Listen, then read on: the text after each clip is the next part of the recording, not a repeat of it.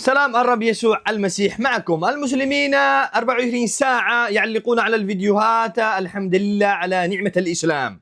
طيب يا أعزائي المسلمين، فين النعمة في الإسلام؟ بينوا لنا النعمة للإسلام عشان نرجع الإسلام أو ندخل الإسلام أو نجيب الناس للإسلام.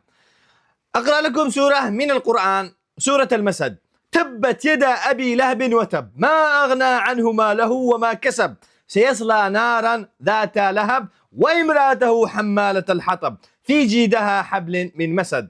يعني إله الكون، إله الإسلام، ترك السماء، ترك الكون، وحط راسه براس أبو لهب، زوجته المسكينة اللي تروح تحطب تجيب حطب عشان يدفئوه. يعني ترك الكون كله عشان هؤلاء الأشخاص اثنين، زوجته أبو لهب وامرأته حمالة الحطب، عادوا محمد، ما أمرش بمحمد. فالإله الكون، إله الإسلام، ترك الكون كله وجاء يعادي هؤلاء الأشخاص. فين النعمة بهذا الشيء؟